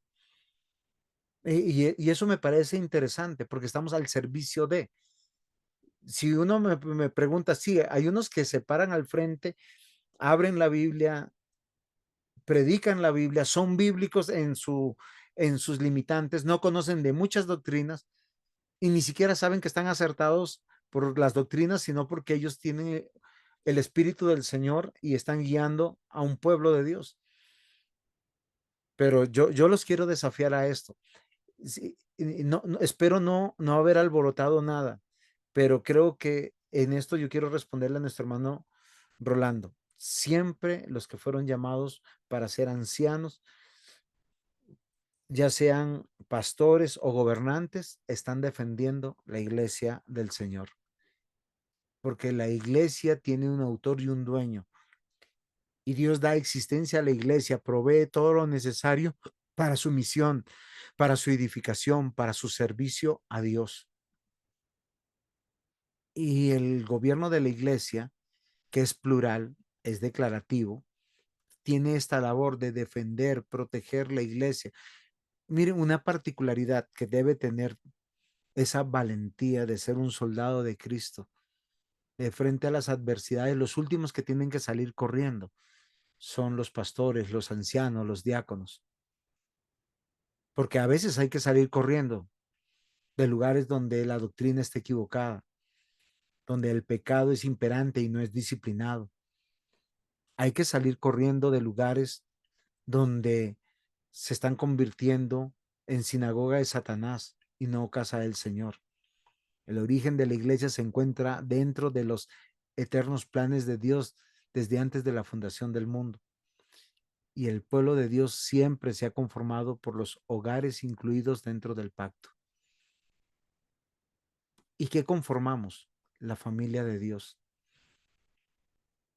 Espero haberle respondido a mi hermano Rolando. Yo entiendo su celo y agradezco su celo, pero pregúntese lo que yo le dije. Hay uno que solamente determina lo que es correcto entre la iglesia y es nuestro Dios. Cristo está presente en su iglesia. Dígame, hermano Rolando. Eh, sí, encuentro que la defensa que usted hace a la pregunta que yo le dije está bien, está adecuada, pero eso no quita y no me deja conforme con que se pase por alto ese requisito para un líder, a pesar que la palabra líder no es la más adecuada, o de la iglesia, como es el tremendo poder que tiene un presbítero, el que no sea capaz de enseñar. Yo no estoy diciendo que sea un gran teólogo, sino que puede ser un hermano con no muchos conocimientos, pero que pueda enseñar, que enseñe. Ahora, sabemos nosotros que para enseñar hay que prepararse. Y lamentablemente, lo que yo les digo es lo que estamos viendo en las iglesias. Nosotros, en nuestras iglesias presbiterianas, tenemos un tremendo déficit de educadores o de enseñadores de sana doctrina, ¿cierto? Y de iglesias que cada vez son menos cantidades de gente y menos iglesias. O sea, yo miro a nuestra iglesia presbiteriana y lo veo. Cada día somos menos pastores, nadie quiere ser pastor, muchos quieren ser ancianos, pero ¿y cómo? Ahora, hay un texto que a mí siempre me ha llamado la atención y que hace muchos años me llamó a lo que hoy en día sigo estudiando, es que Dios dice claramente, mi pueblo pecó por falta de conocimiento. Ahora, entonces, yo no puedo permitir y no debo permitir que hermanos que lideran la iglesia tengan falta de conocimiento. ¿Me entiende? Ahora, lo que usted explica está muy bien, lo entiendo. Todos enseñamos, incluso con nuestras vidas, hasta el miembro más básico enseña, mirando lo que hace, todo. Eso es razonable. Pero cuando vemos de requisitos que son para ocupar puestos de importancia en la iglesia para la gloria del Señor, después no nos quejemos entonces que no tenemos quienes enseñen la sana doctrina. Y por eso, por ejemplo, estamos estudiando acá, en este momento. Ahora yo le digo, aquí, según lo que yo estimo o creo, yo, no nadie más, aquí en estos cursos que estamos haciendo en el que está usted, debería estar la mayoría de los ancianos o presbíteros de nuestro presbiterio en Chile, estudiando, preparándose. Hay algunos, sí, pero no todos, porque hay bueno, no comento más porque, pero esa es la idea, eso es lo que yo veo. Entonces yo veo que cuando dice ahí que mi pueblo pecó por falta de conocimiento, por eso entonces que yo leo la Biblia, estudio, trato de acercarme más, me esfuerzo, dejo de hacer otras cosas para conocer más de Dios, porque mientras más conozca de Dios, más fácil me va a ser sostenerme, más fácil va a ser tener una respuesta a cuando soy tentado, más fácil va a poder reconocer cuando voy a ser tentado, y eso es lo que debo hacer. Mm, No comento más. Muchas gracias, mi hermano Rolando. Ya le explico, pero quiero darle la voz a Eric y ya avanzamos con la clase y es, o sea, yo entiendo su celo. Sí. Gracias, Pastor Juan. Al final estos comentarios nos ayudan a todos porque, aunque nos atrasemos un poquito, yo creo que son necesidades mayores que todos tenemos. Le entiendo, Pastor Juan, respecto de la necesidad del gobierno de la iglesia. Claro, está bien. El Señor quiere que haya autoridad en la iglesia, está bien. Pero lo que está levantando el hermano, que dice el renuevo, para que le ponga el nombre, que se me olvida su nombre, el renuevo. Le Rolando, entiendo, Rolando, el hermano Rolando, le entiendo porque es como lo que estaba diciendo yo respecto de, efectivamente, es cómo se escogen a esas personas que usted mismo está diciendo, Pastor Juan, que deberían haber en nuestra iglesia. Yo cuestiono bastante eso porque efectivamente el modelo bíblico que se exige ahí en 1 Timoteo capítulo 3 y en Tito no calza con lo que veo en mi caso. Entonces eso igual es parte como del celo de uno en el sentido que uno se duele o se molesta porque no se están cumpliendo los requisitos bíblicos, por ejemplo. Entonces igual sería bueno si todos nos preguntáramos, igual por el estudio que estoy haciendo es, aparecen 25 requisitos. La pregunta es, ¿cuántos deberían cumplir? Porque, o sea, a ver, la escritura dice 25 y todos entendemos que el Señor quiere que seamos perfectos, pero no todos somos perfectos. Se entiende que ese es como el modelo, entiendo yo, de los 25 requisitos para ser pastor, más todas las características de un pastor que aparece en el Nuevo Testamento. Entonces, yo también levanto, como mi hermano Rolando, el tema de la necesidad como de qué forma se escogen a los hermanos. Respecto también, para terminar, lo que decía mi hermano Jorge García, claro, efectivamente, el texto que me nombra es cómo pasamos de muerte a vida, claro, pero yo más bien iba al nombre que tenemos los creyentes, nosotros, ya sea hijos de Dios o santificados. Me explico, el apóstol Pablo a los Corintios dice a los santos, pero lo que quiero decir es que en ninguna parte yo veo que diga a los pecadores santos que están allá, o a los pecadores que están convertidos allá, a los pecadores redimidos que se encuentran allá en Filipo. No, a eso me refiero cuando digo que no aparece como para nosotros un nombre que diga, ah, ahí va el pecador hijo de Dios, ah, ahí va No, a eso me refería. No que no pequemos, porque obviamente pecamos, y Juan lo deja claro en el capítulo 1 de Juan, que tenemos que reconocer que pecamos. Entonces no está en cuestión eso, sino más bien me refería al nombre. Eso, hermano, y gracias. muchas gracias, Eric y Rolando, nuevamente. Debemos volver a las definiciones que la misma escritura da sobre la iglesia y hemos visto algunas analogías, ¿no? Cuerpo, familia, pueblo, asamblea, y para nosotros es muy interesante y nosotros tenemos que volver a la iglesia que es el autor y el dueño, Cristo. Él es el que la sostiene y yo entiendo lo que ustedes están diciendo. Yo comparto también lo que dice Rolando, que las personas deberían, que están en el liderazgo y no está mal usada esa palabra porque una cosa es ser líder y otra cosa es ser un jerarca. ¿sí? Nosotros fuimos a liderar o frente a cualquier peligro o cualquier situación, estamos llamados a representar, a defender, a proteger, instruir. A eso se refiere con liderazgo. No tenemos que tenerle temor a las palabras, pero lo que nosotros entendemos es que Dios nos llamó a un equipo de trabajo. Sí, y yo entiendo perfectamente que todos deberíamos tener la capacidad de enseñar, que un requisito de un anciano es ese, enseñar, pero nosotros tenemos a veces suplido las enseñanzas y yo creo que todos enseñamos de alguna manera. O sea, cuando a veces uno piensa que no, y les voy a decir por qué. Si aquellos ancianos, solo yo no los conozco, pero vamos a hacer una suposición. ¿Usted está seguro que son cristianos? Sí. ¿Saben que conocen el evangelio? Sí. Entonces ellos tienen la capacidad de articular la enseñanza de alguna manera que no les agrade, pero yo le aseguro que llegado el momento, ellos van a orar. Si faltara el pastor, van a poder dirigir. De hecho, en sus participaciones y en sus cosas, sentan cátedra. Yo lo he visto de ancianos que no enseñan propiamente dentro de un programa, de un cronograma articular, pero cuando se paran y sientan los puntos y dicen por qué hay que tomar una decisión, eso es una enseñanza. Eso es una pastoral que es increíble, porque hay que descansar en algo. Dios nos escogió en Él antes de la fundación del mundo para que fuéramos santos y sin mancha delante de Él. Hay una razón y nosotros somos limpiados por la palabra y nosotros tenemos que considerar algunas cosas interesantes que dice la Escritura, ¿sí? Porque de Él, por Él, para Él son todas las cosas, a Él sea la gloria. Todos nos capacitamos y tenemos que sacar el tiempo para estudiar la palabra, porque eso es lo que nos lleva. Recuerden que la fe tiene tres aspectos.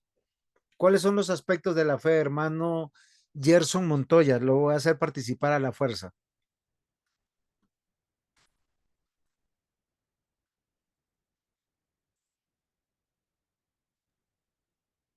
¿Cuál es la pregunta, pastor? ¿Cuáles son los aspectos de la fe? O sea, ¿cómo sabemos que alguien tiene fe? Eh, Ah, por- bueno, pienso en varias cosas, no sé si será la correcta, pero Sí, la, la obediencia a la palabra, los frutos, eh, la certeza que tiene en su vida respecto a lo que cree.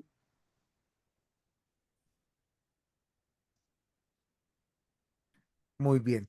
Voy a ayudarle y voy a resumirlo. Lo que usted ha dicho le voy a dar un orden lógico, que son tres aspectos fundamentales desde la teología.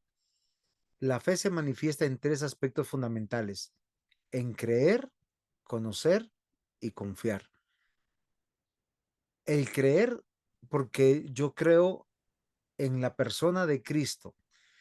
En ese aspecto no vamos a profundizar más ni menos. El que cree, creyó y es suficiente. ¿En qué profundizamos? En conocer a Cristo. Porque cuando yo conozco a Cristo, a lo largo de mi vida, yo puedo considerar que puedo confiar en lo que conozco porque creo. Por eso los discípulos siempre clamaron, ellos creían en Jesús, pero le dijeron, Señor, aumentanos la fe. Y no era aumentar su fe en Jesús, sino en conocerle más a Él. Y el ministerio de Jesús fue mostrarles quién era Él para que ellos puedan confiar. Ahí viene el tema de los milagros, ahí viene el tema de las predicaciones, ahí viene el tema de la obra de Cristo y finalmente el acto de mayor confianza en los que ellos no solamente conocieron y ahora confiaron fue su muerte y su resurrección, porque Él es la cabeza de nosotros y es lo que nosotros tenemos que hacer. Ahora, fíjense que en los ministerios de los apóstoles, si nosotros nos ponemos a pensar, ¿cuáles son los predicadores destacados? Pedro y Pablo, pero nosotros vemos otros que no tenemos ni un sermón de ellos, ni siquiera una pequeña oración. Ahora, no estoy diciendo que no enseñaron, pero fueron útiles. Y eso me llama la atención. ¿Por qué razón? Porque Dios llamó a todos de maneras diferentes. La autoridad de las iglesias recae sobre la cabeza de ellas. O sea, cada uno de nosotros estamos evocando la autoridad de Cristo. Recuerden la palabra evocar. O sea, no estamos tomando el lugar de Cristo, ni somos los vicarios de Cristo, nada de esas cosas. Pero nosotros tenemos que dar una dirección sabia, una instrucción sabia, un crecimiento sabio, o sea, con la palabra de Dios. Y por eso concuerdo con el hermano Rolando que todo anciano, todo diácono debe de estudiar la palabra para conocer y aumentar su fe. Y así confiar en Dios. Es que la fe no es una confianza ilógica, como créelo y el Señor va a hacer que este monte vaya para acá. No, Dios puede hacer eso, pero lo que Él está diciendo es que nosotros creamos que Dios lo puede hacer y Dios lo hace. Por lo que nosotros como creyentes tenemos que dejarnos guiar sumisamente por su voluntad. Y una tarea que estoy totalmente de acuerdo de un pastor, de un anciano, de un diácono, es conocer la palabra de Dios perfectamente, saberla articular para poder hacerlo. Ahora, todos tendrán la posibilidad. Miren, yo no sé en Chile cómo es el presbiterio, posiblemente como acá en Colombia, son pequeños. Yo he estado en el presbiterio de México. Hay uno o dos pastores y hay 13 ancianos en una iglesia y 14 diáconos. No todos los ancianos predican, pero eso es una cosa muy competitiva y es interesante, pero hay algunos que no lo hacen, pero no se les toma en cuenta porque está suplida la... Ahora, la iglesia en México donde yo estuve era de 150 miembros, más los que estaban llegando y más las otras misiones.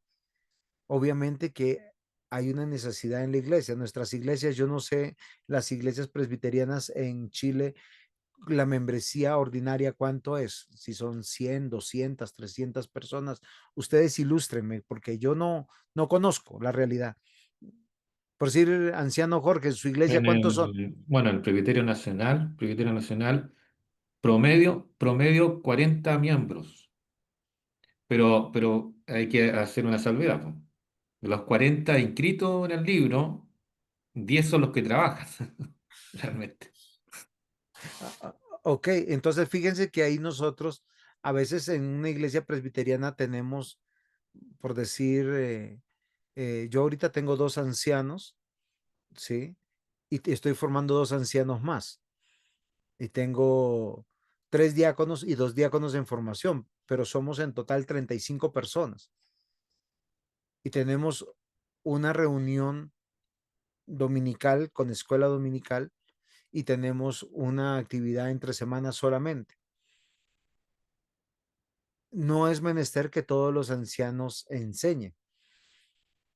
Es en serio, porque todos estamos en formación, pero hay una dirección, una instrucción y hay una corrección que se hace colegiada, perdón, donde los ancianos que conocen la palabra de Dios me evalúan, donde los diáconos también me evalúan como pastor y como director de las enseñanzas, porque esa es la labor también de un anciano, evaluar. El anciano no es el amigo del pastor, es alguien que cuida al pastor en lo que predica, en lo que vive, porque es su deber y es un puente entre la familia pastoral y la iglesia, porque así funciona, porque no tenemos superungidos dentro de la iglesia y nosotros tenemos que considerar algunas cosas muy importantes, que ese gobierno que Dios da se sujeta, edifica y santifica, porque es una realidad. ¿Por qué? Porque ustedes lo han dicho, todos somos pecadores.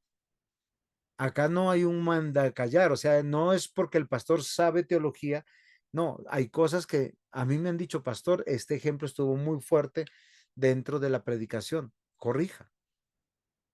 Bueno, sí, señor, porque yo me debo a un consistorio. No sé si es comprensible, hermano Rolando, lo que le estoy diciendo, Por eso es que Y la enseñanza es amplia. No es solamente de ponerse al frente, pero estoy de acuerdo, todos nosotros necesitamos estudiar la palabra y ese es el desafío. La analogía que tenemos aquí de Efesios 5:23 aplicada a la iglesia, porque el marido es cabeza de la mujer, así como Cristo es cabeza de la iglesia, siendo el mismo el salvador del cuerpo. Y todos nosotros, o sea, nosotros como consistorio, pastor, ancianos, en la foto por decir, él es uno de mis ancianos de la iglesia, él tiene 74 años, ya para que tengan como una idea. Sí, estamos en un bautismo de infantes de nuestra iglesia. Entonces, esto nos debe llamar la atención. Hay una sola cabeza, pero nosotros somos las autoridades puestas para edificar, para dirigir, para proteger, y eso es muy importante que nosotros lo hagamos. Pero quiero que sepáis que la cabeza de todo hombre es Cristo y la cabeza de la mujer es el hombre y la cabeza de Cristo es Dios. 1 Corintios 11:3. Voy a avanzar un poquito porque si no, no sé qué horas son ahorita. Colosenses capítulo 1:18, y él es también la cabeza del cuerpo que es la iglesia y él es el principado del primogénito dentro de los muertos a fin de que él tenga en todo pre, primacía.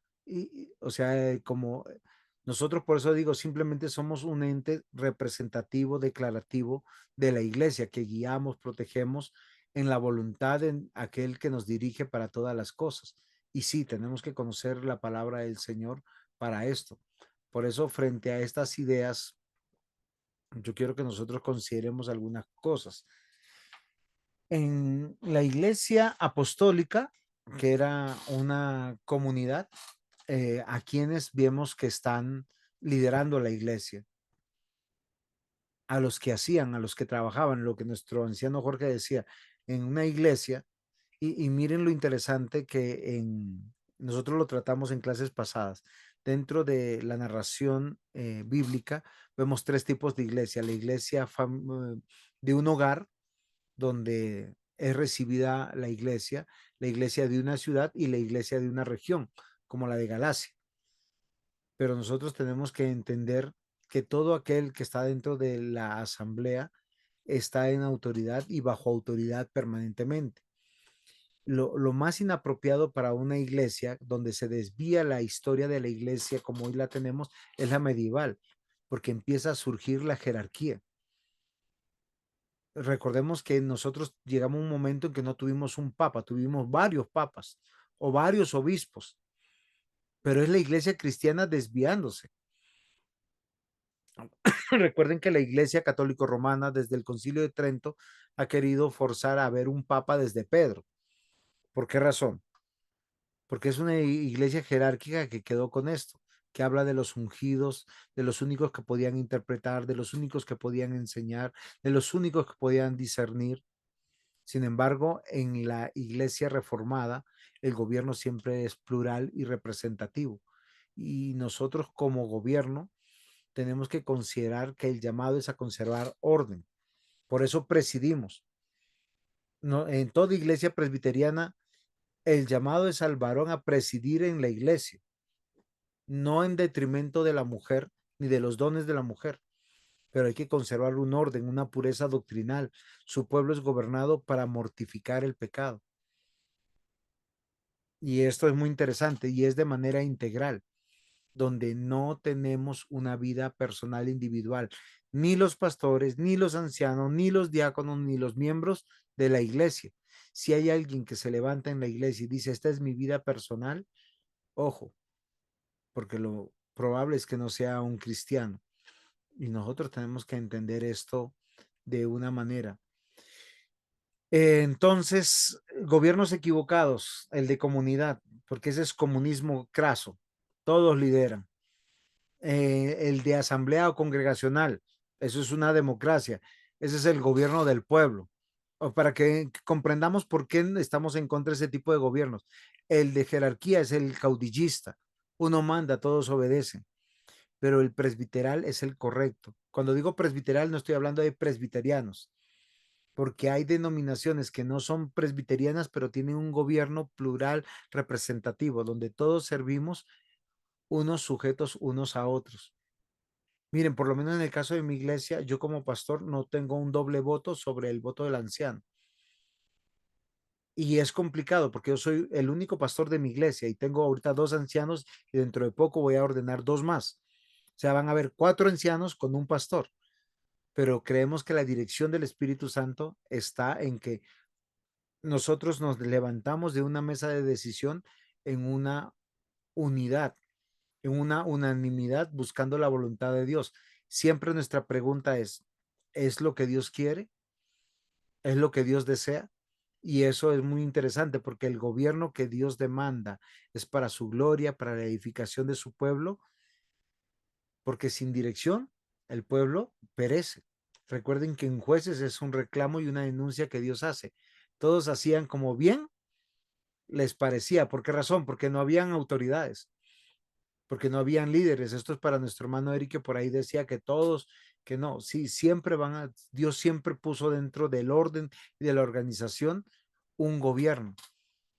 El gobierno de la iglesia es un honor al Señor y cabeza de su pueblo para mostrar su orden, su santidad, su sabio diseño. Y eso es algo que debe ser importante para nosotros. Perdónenme que estoy corriendo, pero veo que el tiempo me acoge. También se requiere debido a la condición pecaminosa de sus miembros, los cuales deben ser llamados al arrepentimiento, exhortados, disciplinados y corregidos para que se santifiquen y vivan para Él. En el gobierno presbiteriano es interesante esto, porque el consistorio gobierna a los de la iglesia local, pero ellos son gobernados por un presbiterio y los del presbiterio son gobernados por un sínodo y los del sínodo son gobernados por una asamblea, pero todos pertenecemos unos dentro de los otros. ¿Es claro hasta aquí o hay alguna pregunta?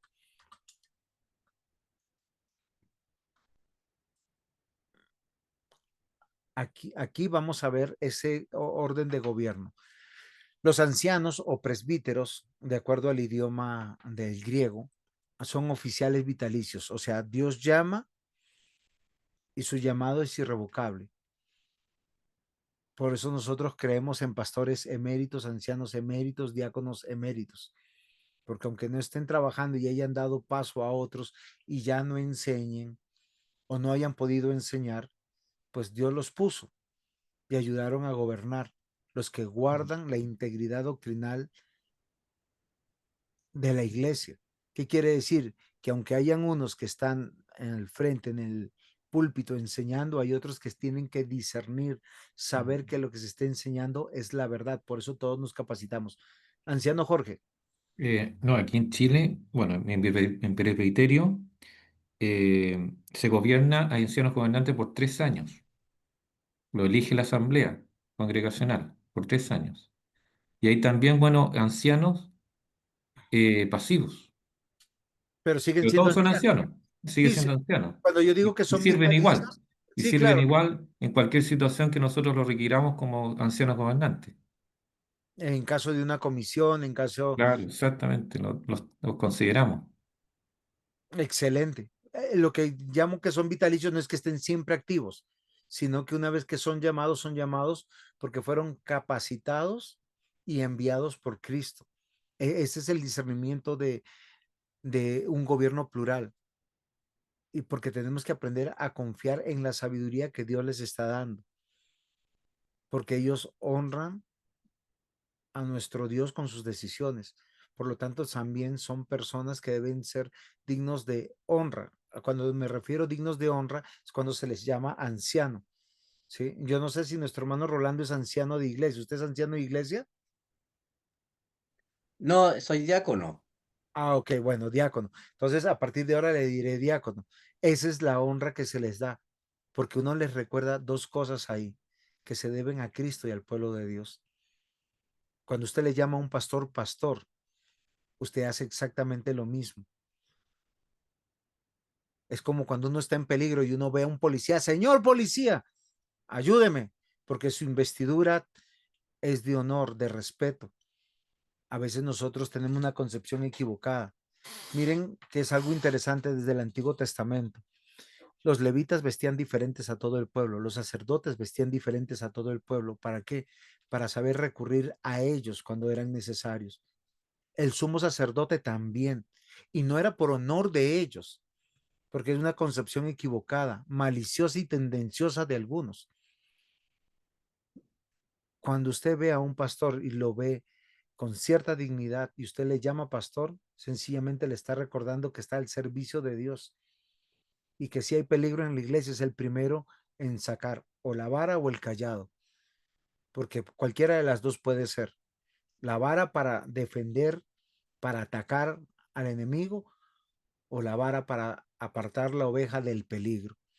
Pero es un llamado permanente que nosotros en el gobierno plural que Dios en su palabra dice, porque nosotros somos una institución debidamente establecida, oficial, puesta por Dios. La iglesia no es cualquier organización de amiguis o amigos o de compinches. Es algo sagrado, es un privilegio. Y miren que los diáconos en el Nuevo Testamento predicaban y algunos alcanzaron hasta bautizar. No había una iglesia oficial. Hoy en día no bautizan, obviamente, porque es un encargo que está dado al pastor que es ordenado como ministro de la palabra y los sacramentos. Pero esto es algo universal que supera a todas las culturas y todos los idiomas y es generacional, no va a cambiar. Porque en cualquier momento, en cualquier año, todo el mundo ha cambiado, menos nosotros, menos la iglesia de Cristo. Siempre Dios puso autoridades para darle orden a la institución y recuerden que es desde Génesis. Dios puso en autoridad a Adán y a Eva. Él pecó, todos pecamos. Y eso me pareció interesante. Y él prometió una salvación de generación en generación en la simiente, o sea, en la persona de Cristo. Y eso ustedes y yo ya lo sabemos desde otra perspectiva. Entonces, mis amados hermanos, algo con lo que ya más o menos ya estoy terminando es, si hay un gobierno es porque hay una directiva, una instrucción y una corrección. Son los que fueron puestos para esto, todo bajo el amor, la gracia, la misericordia. Una iglesia que no disciplina, un presbiterio que no disciplina, está teniendo una tendencia peligrosa. Miren, normalmente pasa, no sé si en sus presbiterios, pero hay presbiterios que pasan y tienen la doctrina del silencio. ¿Cómo protegen a un pastor, a un anciano o a un diácono si cayó en pecado? No se dice nada. Ya pasó, ya se restauró, nunca la iglesia lo supo.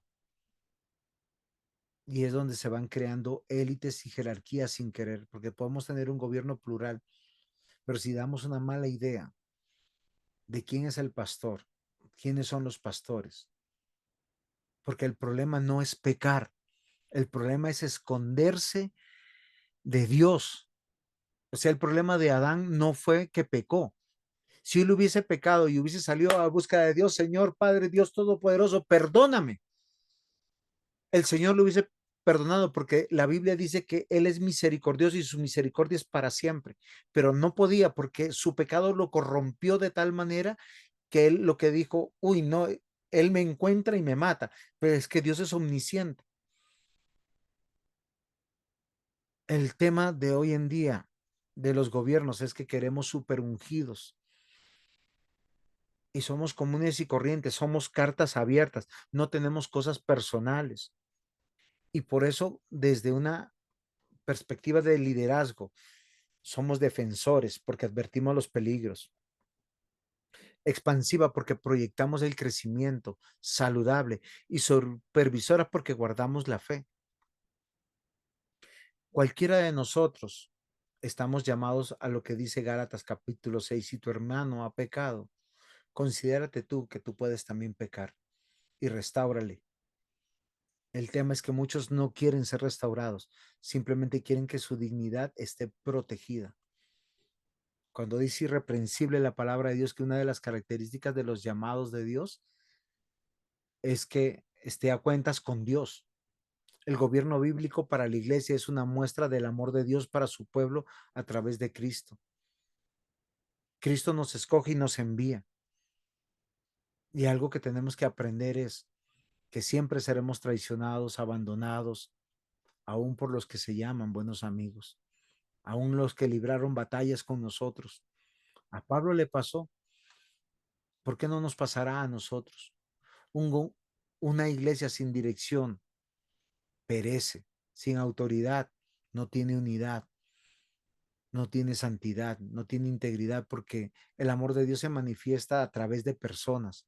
Yo les voy a decir una cosa, la Biblia dice que cuando lleguemos a la iglesia saludémonos con amor, que nos abracemos, que nos tomemos de la mano, que tengamos un ósculo santo, un beso santo, porque es que el amor de Dios es real a través de las personas que Él amó. Y es un llamado de los ancianos. Miren, hay un tema de muchos pastores, muchos presbiterios, que los pastores son una élite. Ellos llegan cuando ya comenzó el culto, se separan de todos, se van antes de que termine el culto. Y nosotros fuimos llamados a ejemplificar y a enseñar también con acciones, abrazando al necesitado, abrazando al pecador, buscando al pecador. Hay que dar gracias al Señor por cada pastor dado al pueblo de Dios para su iglesia, para que pueda cumplir esa misión temporal y encaminarse por gracia a la gloria eterna.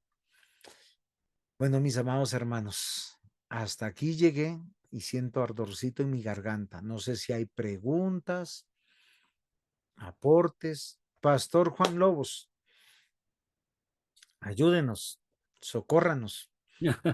Ore por No, nosotros los pecadores. sí, mire, yo escuchaba atentamente lo que usted ponía y cuando tocamos este tema en la vida de la iglesia, a mí me gusta mucho acudir siempre a nuestra norma final en las discusiones, que es la Sagrada Escritura. Y me gusta porque siempre pongo como ejemplo el Éxodo, cuando Dios da la instrucción acerca de cómo hacer el santuario. Y siempre los hermanos, yo les explico, ¿por qué creen ustedes que Dios dio las instrucciones de cómo hacer el santuario? ¿Por qué dijo cuánto tenía que medir? ¿Qué tipo de género, de tela tenían que usar? ¿De qué colores tenía que ser? Porque si lo hubiera dejado, ¿cierto? Al arbitrio, ¿cierto? De las personas, uno hubiera dicho, yo quiero el santuario en forma de aguja. Otro hubiera dicho, yo quiero el La santuario en cúpula. forma redonda. Otro hubiera dicho, yo quiero la tela de este color o de este material. Entonces Dios, como está estableciendo su casa, Él da las instrucciones de cómo Él quiere su casa, para que no haya discusión con respecto a eso. Lo mismo sucede en el Nuevo Testamento, cuando Pablo escribe a la iglesia desordenada de Corinto. Yo no hubiera querido ser nunca pastor de la iglesia de Corinto. Y Pablo escribe a la iglesia de Corinto ahí en el capítulo 12 y escribe, ¿son todos apóstoles en la iglesia? ¿Son todos maestros? ¿Son todos hacen milagros? No, cada uno tiene un don y un ministerio que desarrollar dentro de la vida de la iglesia. Y gloria a Dios que sea así, porque nosotros tenemos que descansar. Yo creo que a los que somos pastores y a los que son presbíteros, una de las cosas que nos cuesta luchar y entender es que la iglesia es de Cristo, que la iglesia es del Señor, que la iglesia le pertenece a Él, que la iglesia que nosotros tenemos en la mente, que la iglesia que a nosotros nos gustaría, es muy distinta a la que quiere el Señor, ¿no? Y eso tenemos demasiada evidencia acerca de eso. Eh, y lo tercero, en cuanto al tema de los consistorios, a los hermanos que me conocen y saben cómo llevo mi congregación, en mi congregación los presbíteros no predican, a excepto que el pastor esté enfermo o no esté en la congregación. El pastor es el que enseña, el pastor es el que predica. De hecho, nunca he delegado, estando yo presente, que predico de los presbíteros, porque es el ministerio que Dios por misericordia me ha entregado a mí. Yo Es soy por el lo que le responsable. pagan. Claro, claro, ¿no? Y yo soy el responsable de eso, ¿no? Yo soy responsable de la predicación y de la enseñanza en mi iglesia. Y una de las cosas sí que he enseñado a mi consistorio, digo mío, no porque me pertenezca, sino porque trabaja conmigo, es que ellos deben ser los primeros en ser críticos con mi enseñanza, de acuerdo a las Sagradas Escrituras, por cierto, ¿no? Y he recibido buenos consejos de parte de mi consistorio. Y De buenos ellos regaños, están. me imagino. Sí, fíjese, pastor, que en mi congregación, por ejemplo, en mi culto, ni siquiera existe eso de un coordinador antes del sermón. El pastor dirige el culto, ¿no? El pastor es el llamado a servir el culto. Eh, y mi consistorio, yo preparé a un grupo de hermanos, estamos en preparación de otro, Y su labor fundamental tiene que ver eso con asegurarse con que el pastor cumple con la enseñanza bíblica. Eh, Resumiendo, creo que toda la vida de la iglesia se nos saca un peso de encima cuando nosotros comprendemos que la iglesia es del Señor. La iglesia no va a perecer, hermano. La iglesia no va a disminuir nunca. La iglesia no se va a acabar, porque la iglesia es de Cristo y Él lo ha prometido. Tenemos que descansar en las promesas que Él ha hecho. Bueno, no quiero predicar, simplemente quería decir No, eso. no, tranquilo, pastor. Yo, es que no está el hermano Eric, pero es interesante como en Tito capítulo 1 versículo 5 dice, por esta causa te dejé en Creta para que corrigieras lo deficiente y establecieras ancianos en cada ciudad, así como te mandé. Y voy a saltar al versículo 12 porque Tito no la tuvo fácil, tenía que escoger dentro de esta materia prima. Usted ya sabe a dónde yo voy. Dice, uno de ellos, su propio profeta, dijo a los cretenses siempre mentirosos, malas bestias, glotones, ociosos. O sea, es interesante porque a veces nosotros no vemos y no entendemos lo que usted nos acaba de ilustrar. La iglesia es de Cristo, Dios nos llamó y los que están puestos como autoridad no están para su gloria ni su honor, sino para buscar la gloria de Dios y gozar de Dios permanentemente, como dice el catecismo de Heidelberg, si no me equivoco, o la confesión de fe más bien. Pero lo que quiero yo llegar y decirles es que es un privilegio servir al Señor. Amén. En mi iglesia hemos entendido básicamente lo que usted dice. Los pastores somos ordenados, acá en mi título dice, ministro de la palabra y de los sacramentos. Esa es una realidad. Como somos llamados como ministros de la palabra y los sacramentos, pues nosotros tenemos que ejercerlo. Y la Biblia dice y hace una distinción, que a estos hombres por eso se les paga, porque somos los maestros de instrucción. ¿Cuál es el deber? Yo sí estoy de acuerdo con eso, de no solamente de los ancianos, de los diáconos, sino de toda la congregación. Y es abierto el estudio, no solo para los ancianos, aunque es el deber más de ellos, es de todos, de instruirse teológicamente. Y algo que tengo cuidado es que nosotros, si se han dado cuenta, no seamos loritos repitiendo las cosas. Mis clases, por lo menos ustedes no la van a encontrar extractada de ningún libro. Yo leo libros, leo la escritura, estudio la escritura. Me encanta la teología sistemática, aunque es muy ladrilluda a veces, por esa parte filosófica de que fuimos permeados por los griegos, pero mis enseñanzas son únicas para profundizar. Ahora, no estoy diciendo en detrimento de los demás, sino que ese es el desafío de un pastor, como si fuera un sermón. Por eso hoy el desafío en ese gobierno que vemos de la iglesia, tenemos que entender esto. Es un privilegio donde fuimos llamados, capacitados y enviados para proteger la iglesia. Si hay alguien dentro del ministerio que no es capaz de defender la iglesia del mundo de Satanás y de las filosofías huecas y de viejas, pues está en el lugar equivocado. Y para eso hay que conocer la palabra de Dios y el diácono Rolando tiene la razón en ese sentido. Todos estamos llamados a estar capacitados en eso. Por mi parte, hasta aquí llega mi clase. Muchas, muchas gracias. Gracias, Pastor. Si no hay consultas, recuerden entrar a la plataforma. Están los cuestionarios a disposición para ir respondiendo a las preguntas de cada uno de los capítulos. Y también está el curso 100% online para que vayan adelantando también la asignatura. ¿Alguna consulta con respecto a la práctica de nuestro curso, a lo práctico de nuestro curso, los cuestionarios, la lectura? No lo tenemos. Vamos a terminar entonces. Vamos a dar gracias al Señor por este tiempo. Vamos a pedir a tu hermano Rolando, por favor, si nos despides con una palabra de oración al Señor.